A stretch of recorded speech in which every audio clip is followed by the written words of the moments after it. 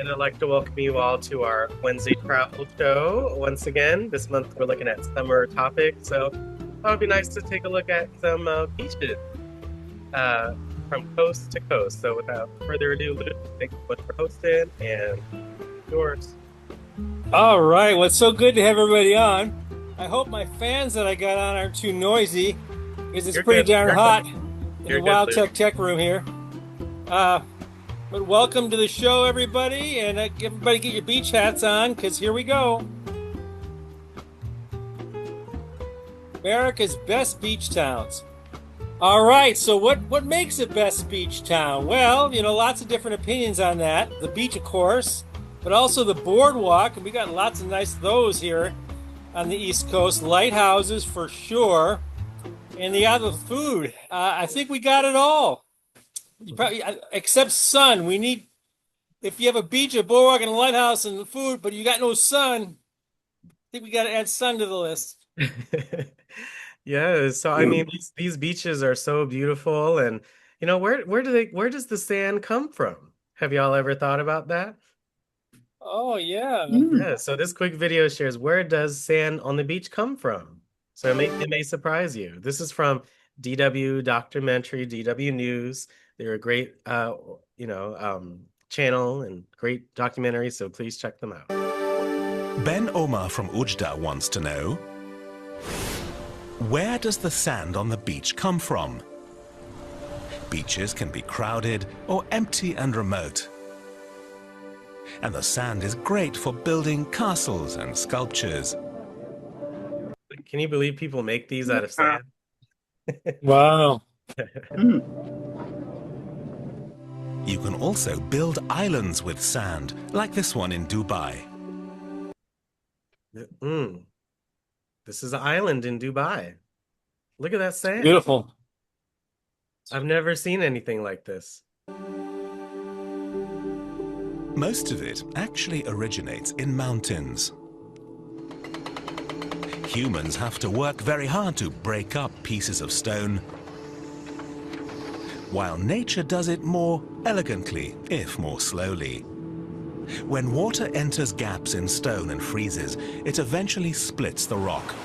The pieces that fall off are carried away by streams and rivers to the sea. The process of erosion continues as the stones rub against each other along the way. In the tropics, parrotfish also play a major role in the formation of sandy beaches. They chew Fish have a pivotal role in. I didn't know that. on coral and then poop the gritty bits out again. Ocean currents transport the fragments of coral to the shore. Waves dump them on the beach, along with large quantities of sand from the seabed. So what used to be on the bottom of the seafloor is now a beach. Everything from mountains. Have y'all realized that sand and beaches come from mountains? No, had no idea. I thought it came from the waves pounding on the rocks, so that was all new to me. Yeah, that's a part of it. It just starts all the way up in the mountains and then the process of erosion. So if you see those rocks in the stream, those rocks are from mountains that were carried away by water. And the smallest particles, they hit the ocean, they hit the bottom of the seafloor, and then the waves push them back up onto the beach. You make those nuggets of pizza for lunch? I hope that was interesting. Yes. This is our first one, so please let us know if you've been to any of these. So take it away, Lou. I love Cape May. That is a good pick. Cape May has Victorian homes. It's got a whole city of them preserved from the 1850s, 1890s. It's incredible. And it has a lighthouse. So let's learn about more. If you haven't been to Cape May, that'd be my first stop. All right, now to GMA's new series, Diving things off in Cape May, New Jersey. What a Look gorgeous at that beach. Oh my gosh. morning on the beach. Janae Norman has the story. Janae, you're in my home state, the Garden State, known for its sweet corn and expansive beaches. From about 3 years ago. Known for sweet corn. I did not know that, Lindsay, but you probably know that Cape May is the quintessential beach town. Look at all of these excited locals And visitors, because beyond the beach, there is so much to do here. We're here at the Washington Street Mall, and the tourism team tells me that this is the oldest seashore resort and the only landmark city in the country. So we checked out some of the coolest hotspots here in Cape May. I mean, look at how big and huge that beach is. Hailed as America's oldest seaside resort, You can be entertained whether on the beach or off the beach all day in Cape May. Cape May, New Jersey boasts beautiful beaches, historic landmarks, and Victorian architecture. I mean, look at these homes. Beautiful. Those aren't even the nice ones. I love Cape May because I love to look at the Victorian homes and just imagine what they Yeah, look look at like these. Oh my God, look at this pink. Yeah, look at those. Oh my God. inside. But, you know, my favorite color is blue and purple. So right One here, day I'll stay look at that balcony and the architecture. in one of Unbelievable. those homes. For over 200 years, locals and tourists alike have flocked to Cape May to soak in the summer sunshine. They have great food here. They have awesome shopping, and everything's walking distance. Along the promenade, visitors can shop, stop by the arcade, or grab a bite to eat. One gastronomic delight that keeps people coming back summer after summer, the original Fudge Kitchen. Every pound we sell, we still make by hand in an 80-year-old recipe. We have not changed a thing, we have not changed the procedure, and we have no plans on doing so. Pop into the longtime local favorite to watch the fudge being made fresh daily and take home some tasty treats. You went to go to the fudge shop, Lou? And the most popular historic attraction not to be missed is the Cape May Lighthouse. Yeah. Almost 2 centuries, a lighthouse beacon has stood here at the southern tip of New Jersey, guarding the entrance to the Delaware Bay. The present tower was constructed in 1859, standing 157.5 feet tall. It is the third lighthouse on this site, replacing earlier structures built in 1823-47. Listed on the National Register of Historic Places, this is owned by the state of New Jersey, still operated by the Coast Guard. And since 1986, it has been leased to the Mid-Atlantic Center for the Arts and Humanities, a nonprofit in Cape May. They have the responsibility of restoring the lighthouse, interpreting it as a historic site, and opening it to the general public.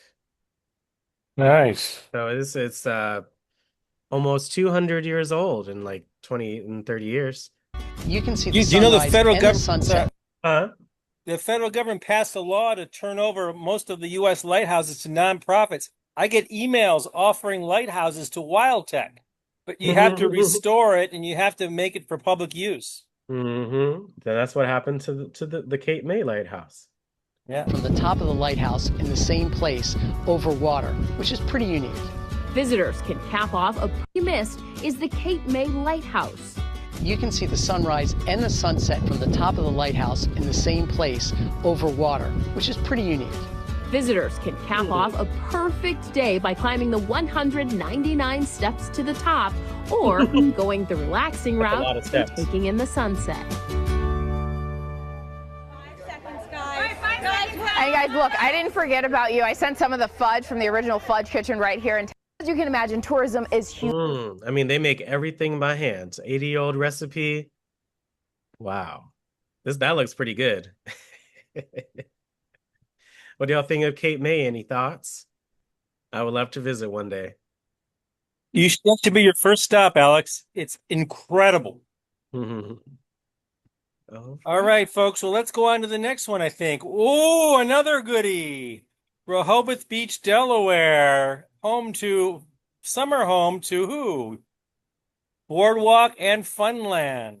Y'all know whose summer home that was? Joe Biden. Joe Biden, right. So let's take a look at Rehoboth Beach, but also Bethany Beach in Delaware. Oh, a couple of good ones.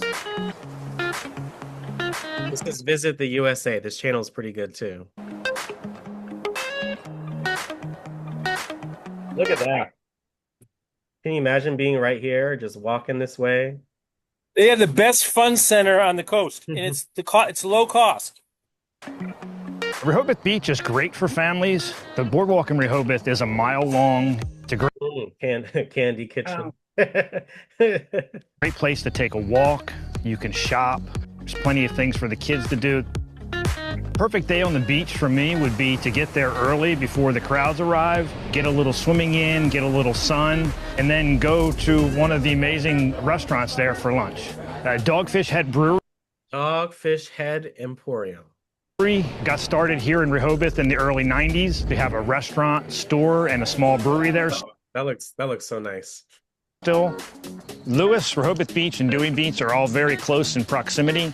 Rehoboth is more of a family-oriented restaurant scene. Dewey is more of the party, the bar scene, and Lewis is more of a historical town. Lewis has a lot of historical sites. There is a museum from the origination of Lewis called the Zwannendale Museum. There is a historic lightship that's docked in the canal. Cape Henlopen State Park is almost a 1 mile square area between Lewis and Rehoboth Beach. It is one of 3 kind of rare dune habitats that are in the United States. The trails at Cape Henlopen are the best way to really experience the park. Have you been to this park, Lou? It's in between 2 of the beaches. Okay, yeah, it's a wild beach, which is nice. They have those little silos. Those aren't grain silos. Those are lookout towers for German submarines. Favorite activity at Cape Henlopen is to fish. We have a surf fishing beach, so you can get a permit to drive out on the beach and actively engage in fishing. The Fort Miles Museum and Historical Area is what is left of the original Fort Miles that was built during World War II. Wow, history right there. We have fire control towers at Fort Miles and Cape Henlopen. One of the fire control towers is open, and you can actually climb up it and get an amazing view of the park and the town of Lewis. Imagine being up there and then seeing this whole view. If you're here just for a day or two, I would recommend walking on the boardwalk, walking on the beach, watching the sunrise first thing in the morning, and eating out. Well, the unique thing about Bethany Beach is that it's family. Different style of beach, Bethany Beach. Look at that. Look at the homes. Look at this grass. It's all these different environments in one. My grandfather vacationed here. My father vacationed here as a boy. And there's just such a timeless tradition that you have in Bethany Beach. One of the coolest things that you can do here is take a wildlife paddle. We have a really unique ecosystem that is host to birds from all over the world. The Inland Bay's ecological system is unreal. So we have the horseshoe crab, which is the Look at that thing. It's a horseshoe crab. symbol of Delaware. We have the largest population outside of Japan of horseshoe crabs. The beach culture here is a fun mix of vacationers and year-round people that love the beach. When you love a sunrise or the smell of the ocean and the breeze and the sand, it's just something that everyone gets excited for. The boardwalk in Bethany Beach is really unique. There's no real... Oh, look at that. DC, 128 miles away. Baltimore, 128 miles away. Dublin, 16 miles away. loud neon signs coming at you. It is just a real fun family feel. I think nobody leaves without a box of fudge or a box of taffies to take home and show off that you were down at the shore. Any thoughts on Delaware and Rehoboth Beach or Bethany Beach? Would you want to visit? Yeah. I really like that historical one, and then the second one. But I love the first because of the environments. But the first one looks so fun. Yeah, I've been to Rehoboth Beach. My nephew has a place there, and it is a fun place. And I went to the Henlopen Park, but I see there's much more to see there. There is. Yeah. We recently discovered Louis. I was really impressed. That's the oldest city in Delaware, and like the third oldest in the whole United States. It was like 1613, something like that. Wow. And the structures there are just gorgeous. But the property values are astronomical. It's like the most expensive place in all the whole East Coast. It's crazy. Yes, you're right, Lou. Yeah. Ocean City. Good Oh, now we're City. talking. Good Roll old up the Ocean City. sleeves. We've talked about it before. One time. Yeah. And then on the right-hand side, that's a picture that I took at Ocean City a few years ago. So Nice, Alex. Which so one are beautiful. you? You're the shadow. Sure. So let's take a look at America's beach, Ocean City. Welcome to the charming seaside town of Ocean City. This guy's name is Jose Molina. I love his videos too. One of the most popular beach destinations along the East Coast. During the summer, Ocean City becomes the second most populous area in Maryland, welcoming over 8 million annual visitors. Many of these travelers have made Ocean City their traditional getaway, ushering in the joy and excitement of the summer season with the majestic sounds of the Atlantic Ocean. Hi everyone, I'm Jose and I'm in the beautiful resort town of Ocean City, ready to kick off the American summer tradition. On this tour, we'll experience the sparkling beaches, the lively atmosphere, and the exciting entertainment of this vacation destination. Let's take a look at the inlet first, so the actual beach area. On this early summer morning, fog descends upon the eastern shore. Early risers make their way to the Ocean City Inlet. Okay, look, they run advertisements on boats. I think that's just the funniest thing. I love it. It's so cool. Where advertisers prepare promotions for the day's resort activities. Fishermen can be seen out in the ocean, making their rounds before the crowds take over the beach. Could you imagine fishing in this boat right here? Yeah. Take a look at those people. I would go one time just for the fun of it. Yeah. That looks so fun. The waves of sunrise splash onto the shore as winds gather momentum. Morning walkers head to the edges of the inlet, exploring this iconic stretch of downtown Ocean City.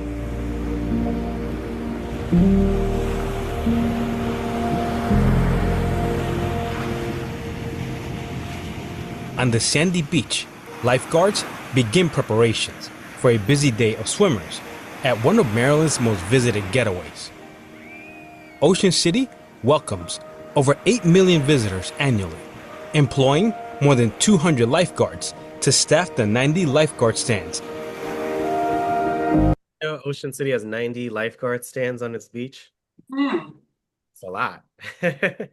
Delaware coastline. During its early days, stagecoaches and ferries were the only means of reaching this secluded barrier island, a place where visitors came to simply enjoy the beauty of the Atlantic Ocean.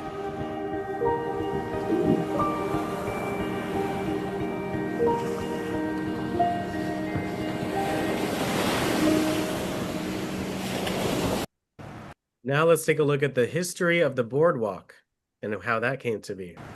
Interesting. What attributes turn a resort town into a beach destination? The rise of Ocean City's tourism? Look, 1930. Oh. 1930 at Ocean City on the boardwalk. Oh. And the birth of a true vacation getaway really took shape in the 1800s when the boardwalk was first constructed. The elevated boardwalk was built in 1897, marking a turning point in Ocean City's evolution. Morning. From a small fishing village of around 50 residents to a town. That was 1908. Turning point in Ocean City's evolution. Morning. From a small. Look at these. The Julia Purnell Museum. Look at these people. Fishing village of around 50 residents to a town that welcomed up to 2,500 guests only a year after establishing a connecting railroad to nearby Berlin. The boardwalk became the heartbeat of Ocean City's identity and the central hub for tourism, entertainment, and local life. As the clouds begin to lift, we make our way to the boardwalk, where the colorful spirit of summer blankets the beach.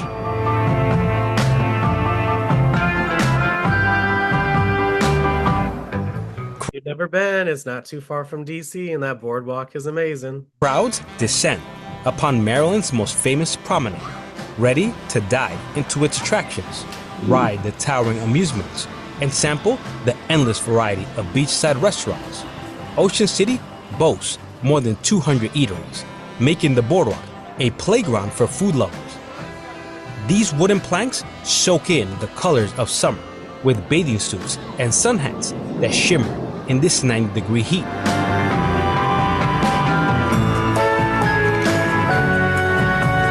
There's any place to be hot, it's at least it's at the beach. You know what I'm saying?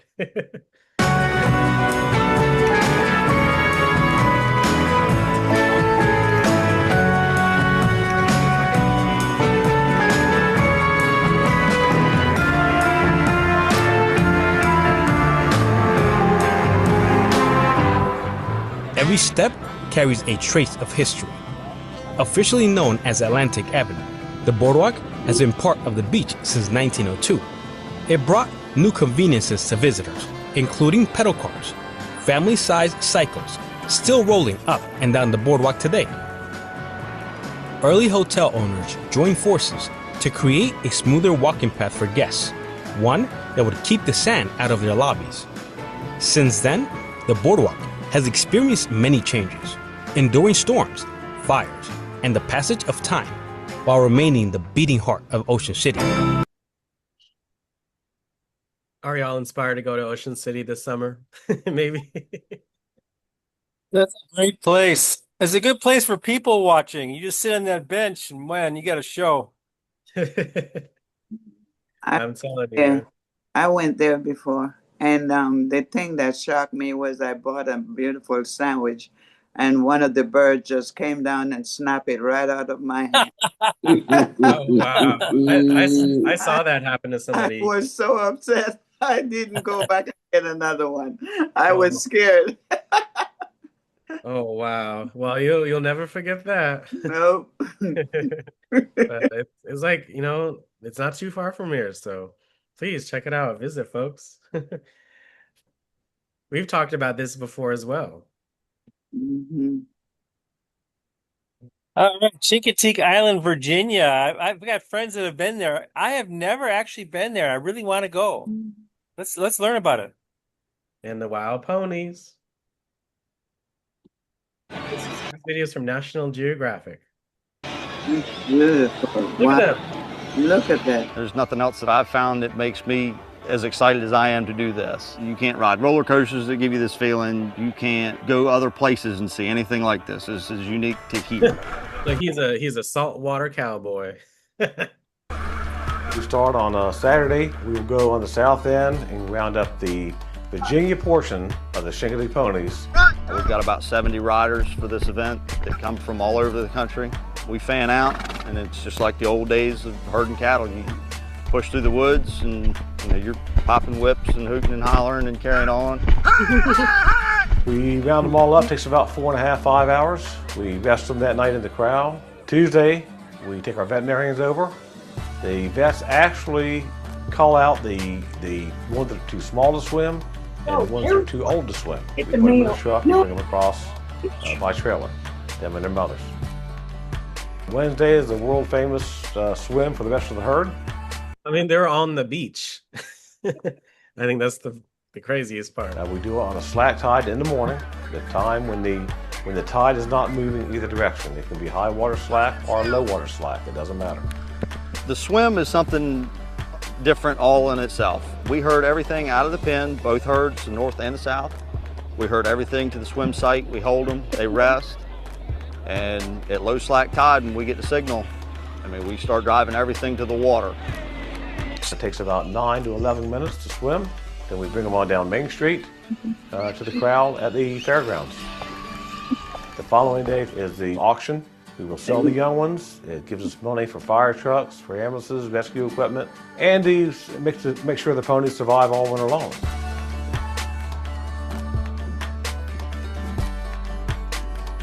Look at them. Look at all of them. Friday morning, they swim back, and they start their life over again for another full year. When this week's over, we go back to normal people. We go back to normal life. We have to go back to work, make money, because this does not pay our bills, unfortunately. If it did, we'd all be happier people, but it's all volunteer. To meet up with these horses. What do y'all think of the wild ponies at Chincoteague Island? I thought it was cool. You'd still want to go, Lou, after seeing that video?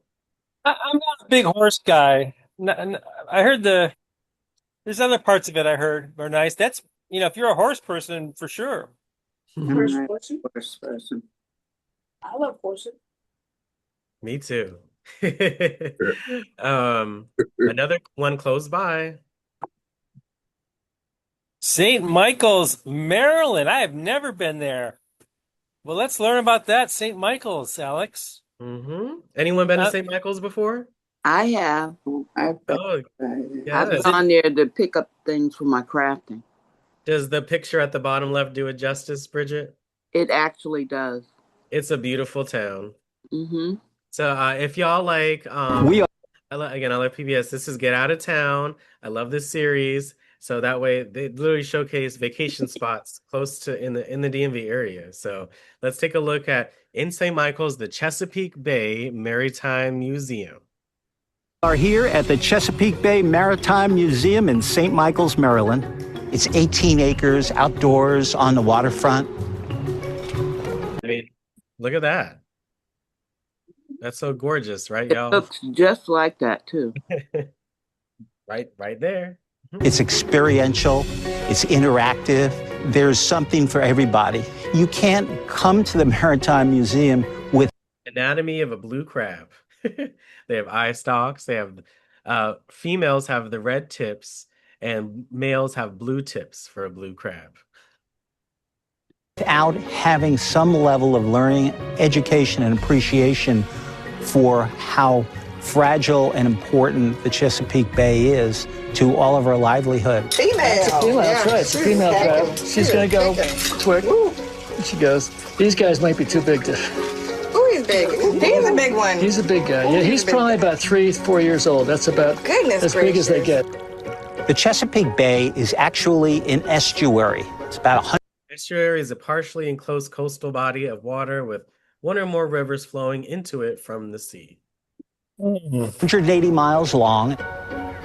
Technically, this is called the Miles River, which opens up to the complete Chesapeake Bay. There you go. They're right here. And then you see how it opens into the Chesapeake Bay, folks? There's DC. There's St. Michael's right here. The shipyard is the star of the show. We have the world's largest collection of Chesapeake boats. All these boats right behind me, 1912, 1931, these are all historic, authentic vessels. And the shipyard's primary job is to maintain all of these vessels.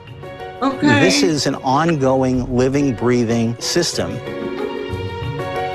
There are such thing as shipwright apprentices.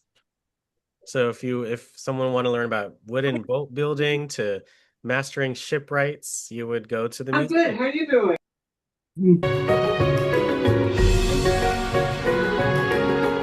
The town of St. Michael started really as a shipbuilding town, and it had a wonderful run of doing that. But these ancient pictures, folks. After the War of 1812, the shipbuilding industry died. And after the Civil War, technology changed St. Michael's. One of them is a skipjack. These are oyster dredgers. So the Chesapeake Bay is filled with oysters. And they were taking them out a few at a time by tonging, like a scissors. The oyster dredgers could get hundreds and hundreds of oysters from the bottom of the bay and bring them in. So all of a sudden they had this bounty. So that was the first technology. So what I have here is a pair of oyster tongs. Now these are sort of made for the museum. They're a lot smaller than what you find on a boat. Okay. Because our oyster bed is right out here off the dock. Oh, wow. Could you imagine fishing for oysters right there? Like, that's amazing. That looks like so much fun. Send it down, right down to the bottom. Send it down. Right. Okay. Now open them up. This way? Now the other, put your hands that way. That's right. Got it. Open them up and kind of rake them in. I feel like I'm not getting anything. Put them straight. There we go. Okay. Now hold it, hand, and bring them up. Hand over hand. Keep coming. Keep coming. Girl. Keep coming. Oh, no, they fell. That was close. You ever been in an amusement park where you put the quarter in the machine and try to get it up? That's That what was it's like. that. That's what That it was said. exactly that. Okay, let's try it again. Keep coming, keep coming. Oh, I think I probably dropped the money one. What'd you get? Look at your treasure. It's just shells. Well, wait a minute. There's oysters on that. Woo! You got oysters? Woohoo! Now that's called a cult. That's how oysters grow. They all grow together in a clump. Nice. Yes. But you have oysters. You have about 1, 2, maybe 3 oysters on. Oh, that's cool. Look at that. Do you know that they grow together like that? Yep. Yeah, they sticky. Yes. Look at me with the oysters. That's right. I'll see you later for dinner. Okay. Seals are natural filters, keeping the water clean for underwater grasses and other aquatic life. So oysters are paramount to the environment. They're natural filters.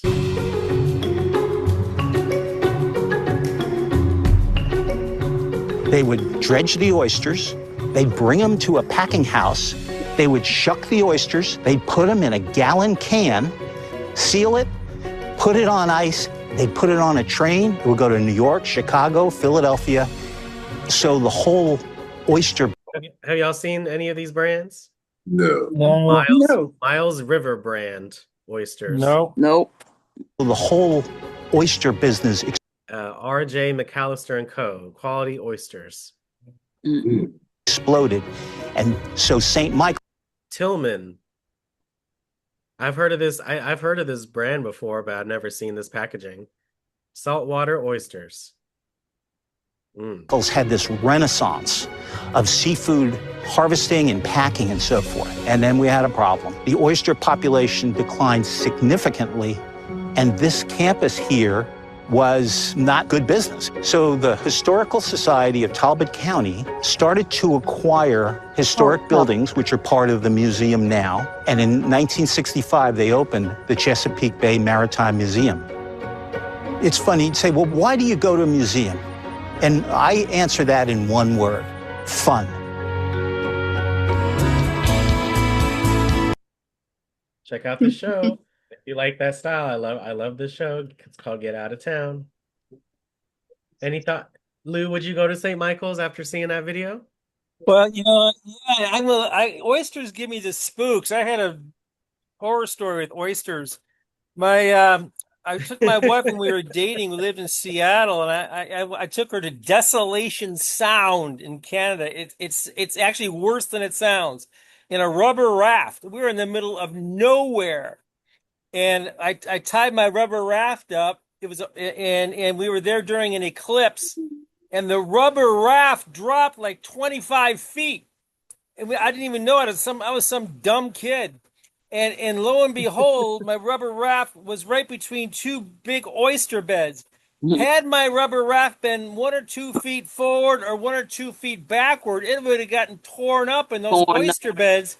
Yeah. And we would have been trapped in the middle of nowhere. So I sort of get the shivers when I hear about oysters. Oh, well, Yeah, I was not expecting shells that. would have cut it. Yeah, the shells would have cut up your raft. Those shells are sharp. They're- Oh my God, like razor blades. Got to be careful. Nature is beautiful and dangerous.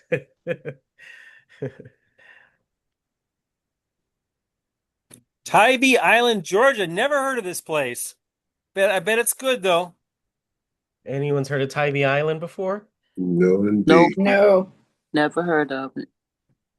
Me neither before searching this up. But Savannah, if you know Savannah, familiar with Savannah, it's Tybee Island. They're known for this lighthouse right here. Yeah, look at that. That looks like a really nice beach or island. Welcome to Tybee Island, minutes from Savannah, Georgia. You know, in 2002, I was stationed at Hunter Armory Airfield, home of the dog-faced soldier, and the beach always called to me. Not only for its amazing natural beauty, but also their wonderful wildlife. Today, we're going to the Marine Science Center, checking out Tybee Island's Main Street and its iconic pier. My name is Patrick Donovan. This is the American Dream. Come on, let's go check it out.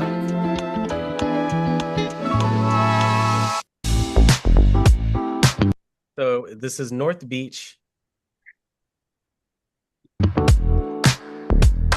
Now I'm here at the Marine Science Center with Chantal. Can you tell us what the mission here is? Yeah, so at the Science Center, you are sure to have a lot of fun. Our mission is to cultivate a responsible stewardship for coastal Georgia's natural resources, the salt marsh, the beach, and all of its animals. We do that through education, conservation, and research. We're catch and release facilities, so we do not deem ourselves a sensational entertainment aquarium. We're a nature center. These are animals that can't be released for certain reasons. Okay. We only have 5 permanent residents, and we're biologists. We know where they hide. We know where they are. So when we're out in those programs, we collect animals and bring them back to the Science Center to teach with them for a few short weeks, and then we release them back out into the nature. We're like a spa. It's like perfect 75-degree water. Or like a day spa for the fish. It is. Aquariums versus nature centers. I never thought about that at all. So that's pretty cool. So this is Zelda. Zelda is one of our permanent residents. She is a box turtle. At the Science Center, we teach about the entire barrier island. And so on the back side of our island is the salt marsh. In the middle is the maritime forest where Zelda lives, and on the front side, the beach. She helps us teach against the pet trade because she was somebody's pet. And she has a very bad shell deformity. And so box turtles should be able to tuck inside their shell and close it like a box. And she's unable to do this because of bad husbandry. That's the care of animals. And so it could be that someone simply overfed her, or they didn't give her the right nutrition or lighting. And so Zelda helps us teach against that pet trade. But again, she has a really great life at the Science Center. We even give her manis and petties. Wow. She has time outside with Charlie, the mailbox turtle next to her. And so those are 2 of our permanent residents. Wow. That looks good to me. Wow. I want to just thank you, Chantal, for taking us around this amazing place. Absolutely. I think it's so awesome what you guys do out here, conserving the wildlife in the Tybee Island area, helping the turtles come back from extinction. I love this right here. I mean, the sand dunes, all these graphics. That looks so fun. It's pretty impressive. We love what we do, and it's hard to get us to stop talking about it. So we come on out and we'll teach you. It's what we love to do. Well, I love this. Thank you so much.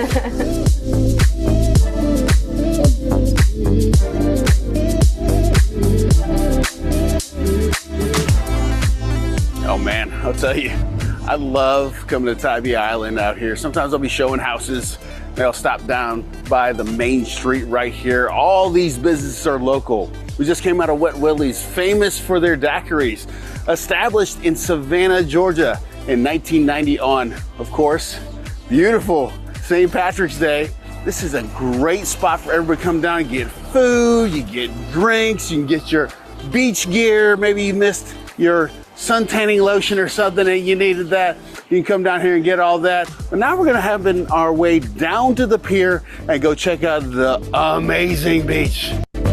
Now we're on the beach, obviously the ocean behind us. 3 miles of beach going down that way. We're at the Marine Science Center earlier, which is considered North Beach. We're at South Beach where the pier is. And sometimes, you know, I don't want to bring a cooler full of stuff. And I just want to go get my drinks and snacks from there. The good thing is they got hot dogs, ice cream, and drinks. Man, I love Tybee Island. You got to check it out.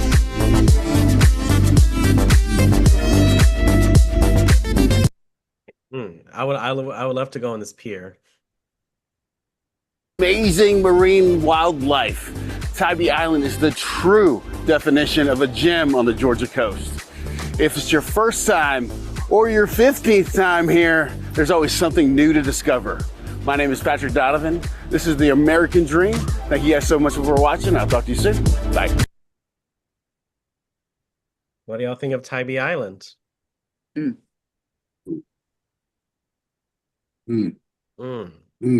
It looks so gorgeous. Very nice. We're almost, I think we have 2 more. Ooh, Carmel by the Sea. That was where Clint Eastwood was the mayor of that Yeah. town. Oh well, yes, they're going to talk about that in the video. Has anyone heard of Carmel by the Sea in California? I've heard of it. I've never been there. I've heard of it. I've never been there. Me neither. So this video is from the Smithsonian, the breathtakingly beautiful town of Carmel, California. This is Carmel by the Sea, which made headlines in 1986 when actor Clint Eastwood was elected mayor. The native Californian has long called this small town home. As mayor, Eastwood helped preserve the natural beauty here. This coastline is home to some of the richest marine life in the state. South of town is the Carmelite Monastery, where Catholic nuns devote themselves to a life of prayer and meditation. Visitors can come to this scenic spot. Public Mass is held 6 days a week.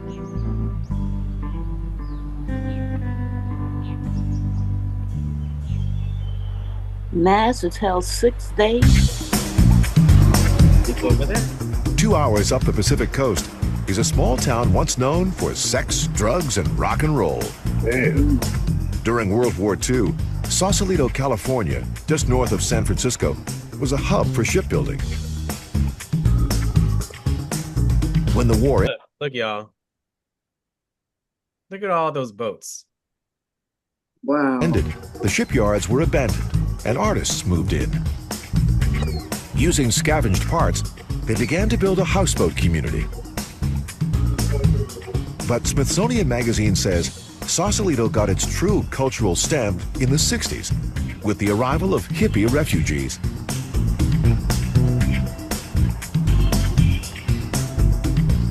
Many artists still live on these waters, though the houseboats have gone significantly more upscale.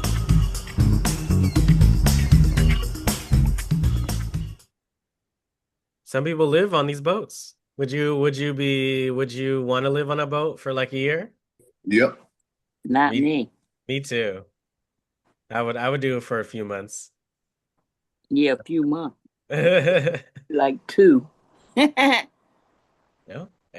Whatever floats your boat. Excuse the pun. Anyone else? Would you want to be on these boats? Or have you ever heard of Carmel, California? You learned something new? I've heard of Carmel. I used to stay in Sausalito. I had Yeah. a friend who had a house right on the ocean there. Oh, Very wow. very nice lady. I loved Sausalito. Yeah, the comments in the video said they're all super nice and lovely people down there. Hey, Alex, Alex, I'm gonna have to jump off here in a Okay. second. Thank But Alex, maybe I'm intruding. If I am, just tell me. Can I share a quick picture of Desolation Sound and the raft that I was in the oyster beds? I got it queued up. If that's okay. If it's not, that's okay too. Go ahead, Lou. Thanks. Okay. Well, we have one more. We just have Maine left, and then so if you could stay for this video, that would be nice. So guys, that's Desolation Sound in Canada. Can you all see that? Yeah. Beautiful. It's very beautiful. It's very famous. Do you see all the villages along the coastline? There's not a single soul on here. Nothing. It's total desolation. And those are the Canadian Rockies there. There's nothing for thousands of miles. So I took the girl I was dating, who later became my wife, I took her out in Desolation Sound. Boy, was I dumb. That was a 10-foot Zodiac rubber raft with an outboard motor.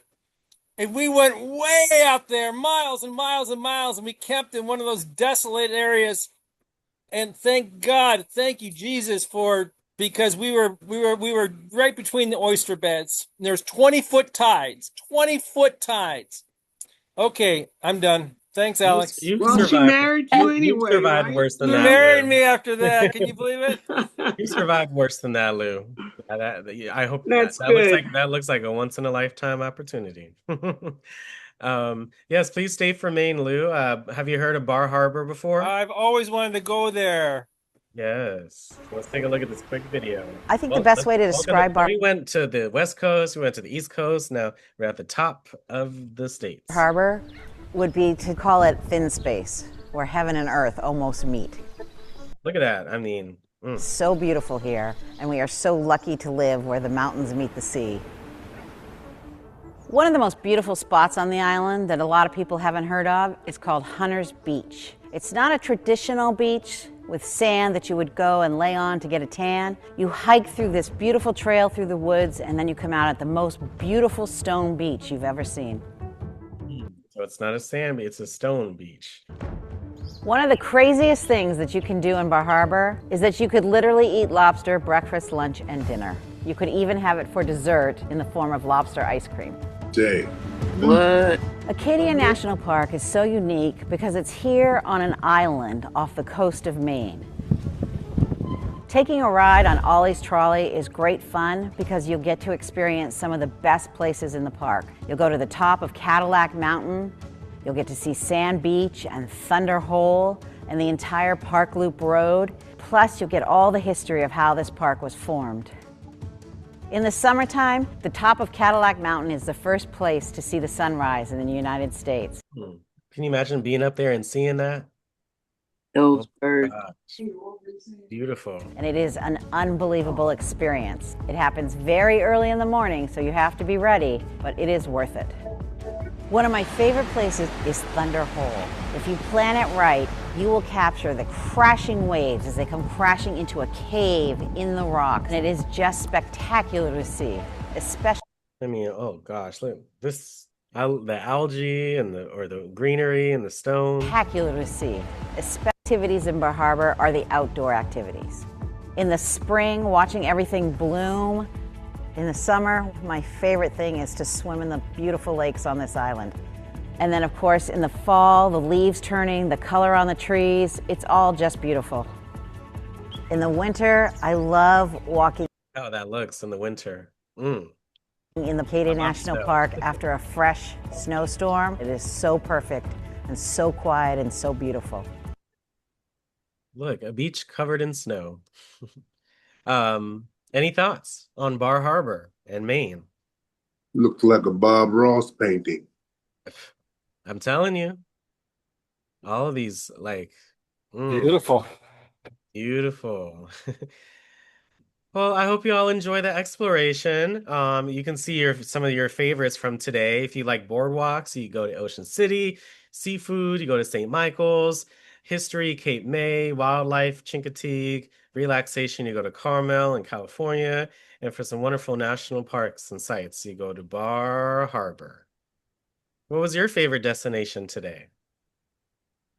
I just love boardwalks for all the games and food that they have. But my most favorite thing about the beach is I'm an incurable romantic. A moonlight walk on the beach with someone special is, I don't even have words to describe it. A moonlight walk on the beach is just pure wonderful.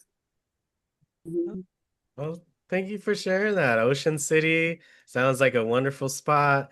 And then this Rehoboth Beach, Delaware, that boardwalk looks so amazing. Myrtle Beach and Hilton Head, South Carolina. That's good stuff. Oh, too. yeah, Myrtle Beach. Yes. That's good stuff too.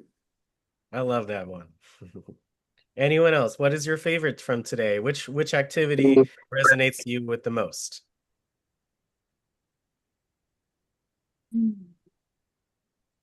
Catching oyster would be nice. Oh, I would love to catch some oysters. I would love to go to St. Michael's and Yeah. eat that seafood. I would love to go to Bar Harbor, Maine and eat that lobster. Oh, I mean, if y'all watch Shark Tank, y'all know about Cousins Maine lobster. I mean, that is just looking all so good and fun. Yeah. I went to a wedding on the beach in Myrtle Beach. Yes. It was so nice. Yes. Yes. Lovely. Oh my goodness. Anyone else? Which one's your favorite destination today? I'd like to go to St. Michael's for the seafood. Yeah. Yeah. Yeah. Michael's, Maryland. And if you want to learn more, there's the hotels. You can look at the hotels in there, and it's just a 2-hour drive. It's on Eastern Shore, so there's the Chesapeake Bay Maritime Museum, the Talbot Street that we learned about in the video. You can take cruises. There's the Inn at Perry Cabin, a luxury waterfront resort. If you've ever seen Wedding Crashers, that's where St. Michael's, that's where they filmed it at. B&B's, local eats, the crab for traditional Maryland blue crabs. Yeah, you just take the US 50 East across the Chesapeake Bay Bridge, and it's about a 2-hour drive. Any other thoughts for today? I hope it felt like you were at the beach. I know it's a beautiful day out, and it would be a lovely day to go walk on the beach. Yes, I have sand in my toes. That's why they made the boardwalk in the first place. Yeah. So you could have it, so you don't have to walk the whole beach with sand in your feet. Beautiful. We're gonna do with condos. Oh my goodness. I would go to Chincoteague once and see those ponies. They only do that once a year where they go across the water and then they get, they're shown throughout the city. I would go there once. But Cape May, Lou said that should be the first place I visit. So I would love to go there too for its history. We're into Atlantic City. Atlantic City? They're boardwalk and beach. Oh, Atlantic City. Oh, okay. Atlantic City. Yeah. Virginia Beach is nice too. I love it. I haven't been since I was like 8. Atlantic City, Myrtle Beach, Virginia Beach. Oh, well, we may do a part 2 of this session. Yeah, saltwater taffy. That's good. Oh yeah, that's the Cape May hat, and the fudge. So, I love saltwater taffy. Yeah. I mean, again, you don't have to travel far. You can to go to some beautiful places. That's why I love DC. We're right there in the middle, of between the top of the country and the bottom. So you can really go anywhere. Remember too, if you go to the beach, stay hydrated, wear sunscreen, bring a beach chair. If you don't want to put a towel and sit down on the sand, bring a beach chair. Visit early in the day when there's less people. Support local businesses. And of course, check your tide and check the weather reports. Because usually, on the lifeguard stand, they'll have a red flag or a green flag for the tide. So always keep an eye out for that when you're out on the beach. Well, again, life is sometimes mostly better at the beach. I wish I was talking to you all on one right now, but it's okay. I hope today felt like you were on the beach and you were able to visit the country and some of its most beautiful beaches. Any last thoughts? Which ones would you visit? And do you like the beach? Are you inspired to maybe take a trip to the beach this year? Any thoughts on the session today? I love the beach, but I don't want to go that far. I've been to Ocean City a lot because my granddaughter, she went to the college up there. Right up in Maryland. Yes. Yeah, so she went to Maryland College, and she loved it, but she didn't want to live up there. Understandable. Maybe I would try out if it's close by against St. Michael's, Chincoteague, and Virginia. There's some great new destinations. I would definitely check those out. But once again, I hope it felt like we were on the beach together, and I hope you all enjoyed. And maybe we'll do part 2 for some of these other ones, and maybe some beaches across the world. So if you travel abroad, you may see some beautiful beaches across the world. So that'll probably be next week's topic. So if you have any suggestions, let me know. But this was another great travel show. Lou had to step off early, but let's all say thank you so much to Lou for his kindness. Thank you, Lou. Thank you. Way to go, Detroit, Lou. I appreciate you all. We have one more session today. See you all at 1:30. See you at 1:30. Thank you all so much. Thank you. Thank you, Alex. All right. Another travel show next week. See you later, gang. See you later. Bye-bye. Enjoying today. Okay, bye-bye. Don't do it, Cardoza. I say you can do it. Bye, baby. Don't do it, Cardoza. See y'all later. See you soon. Okay. Thank you.